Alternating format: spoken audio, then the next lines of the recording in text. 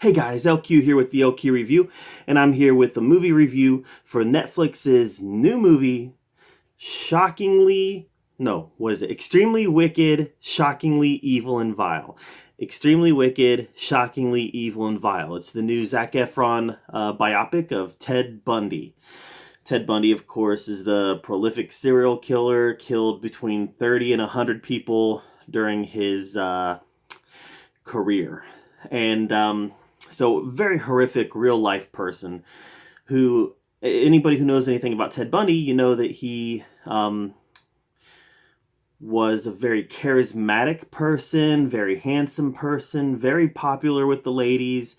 And he, even during the murder trial, even when it was coming out that he did these horrible, horrible things, the girls were still flocking to the courtroom to watch this man that they had a crush on. There were even girls that was interviewed in the courtrooms who said, yeah, I think I love him. Girls who were infatuated with this man because he was, like I said, charming, good looking, fit, intelligent. He was the entire package. He was. Ted Bundy was the entire package. He just also happened to be a serial killer, an evil, evil person, a extremely wicked, shockingly evil and vile person is what he was. But he was also these other things. Like I said, he was that attractive charmer. And this movie actually chooses, to my surprise, this movie chooses to focus on the attractive charmer part of his life.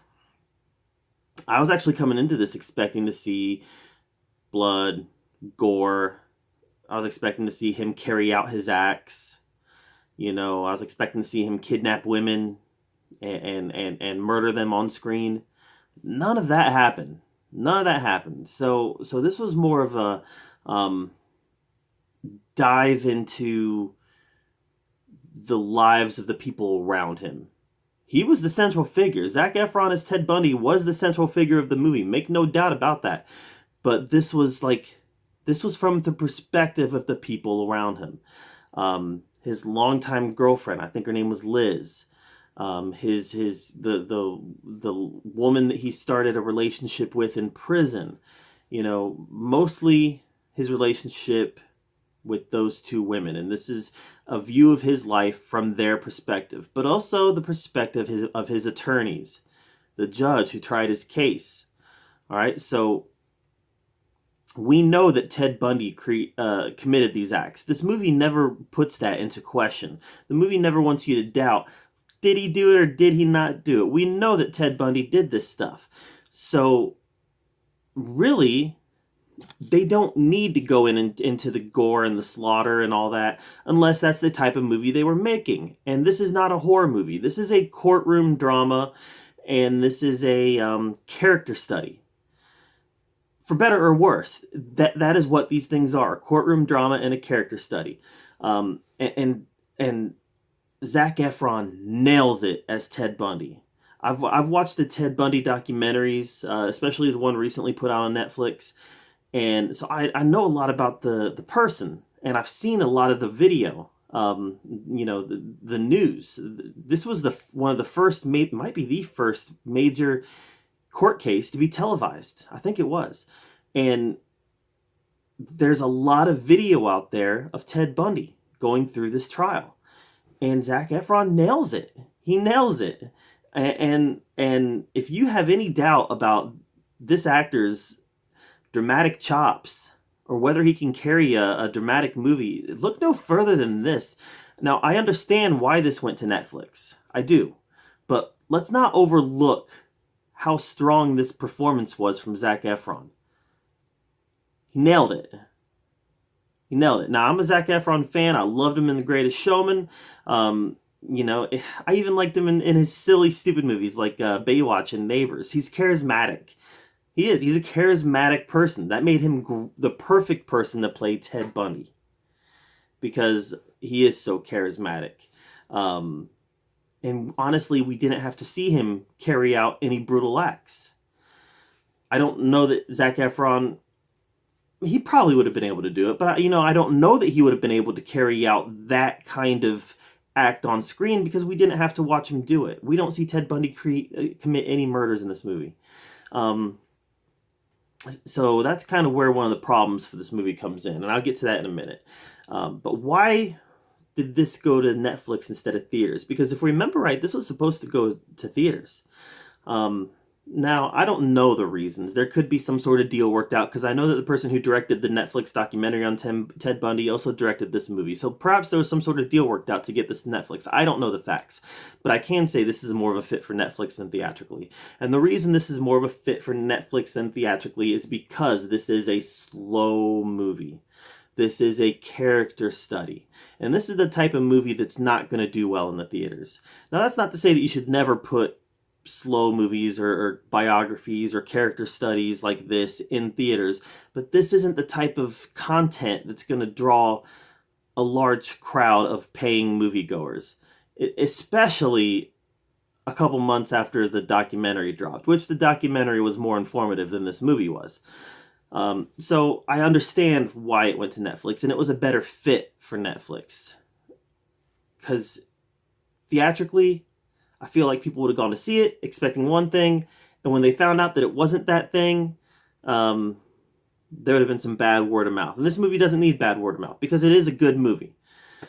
So we've talked about why this went to Netflix. We've talked about the Zac Efron piece. Like I said, this movie was told from the perspective of his longtime girlfriend, mostly from her perspective, and the whole movie, she's in denial about the type of person that he is. And she is the avatar for the audience. And this was a case where the movie really worked as her being that audience avatar. You sympathized for her. She did not lose her life, but she was maybe... I can't say she was his greatest victim. That would be insensitive of me to say that she was his greatest victim because she didn't lose her life. Many people lost their lives, but she was a victim. She was a victim. She was a victim in a different way. Her life was ruined because of this man. And she was the victim that we could sympathize with. We didn't have any real empathy for any of the victims that he murdered because we never saw any of them on screen. But her, we had empathy for because she had the perfect life with this man. In her eyes, he was the perfect man. He doted on her. He treated her like a queen. He treated her daughter like a queen. And she was head over heels in love with him because of the person that he was to her. And as it started unfolding, as she started seeing the type of person that he really was, the fairy tale was shattered. And her life was shattered in the process. So that was a really interesting take on a Ted Bundy movie, is to see it through the eyes of the victim that was closest to him. She wasn't his greatest victim, but she was the victim that was closest to him. This movie ended like you would suspect this movie to end. It goes right through his life, so it ends with the end of his life. But what is that major problem with this movie? That major problem with this movie is that since we never see him doing anything, since we never see him murdering anybody, we never see him carrying out any of his vile acts, and all we see is charismatic Ted Bundy. All we see is the Ted Bundy who's working a courtroom and working the cameras and working his girlfriend and then working his the woman who would be his wife. He's working these people with this charisma and charm and wit. That's the only one that we ever see. He even works the judge. So we see him putting on his charm and working these people, and that's the only one we ever see. We're told that he's done these awful things, but there's a scene in the movie when he escapes from a courtroom and he's at large for several days, and we don't feel any of the oh no, we don't feel any of the horror of his escape because in some ways he's the protagonist. He's the one that we're following, and since we're not seeing the wicked, evil, vile things that he's doing, in some ways, we're following him and he's the protagonist. Now, we know that Ted Bundy's the antagonist. We know that he's the evil. We know that he did do all these acts. But narratively, we're following him and we're not seeing the things that he's doing. We're just being told. So when he escapes from that courtroom, we're not terrified at the prospect of that. So I think that is a weakness in the movie. The fact that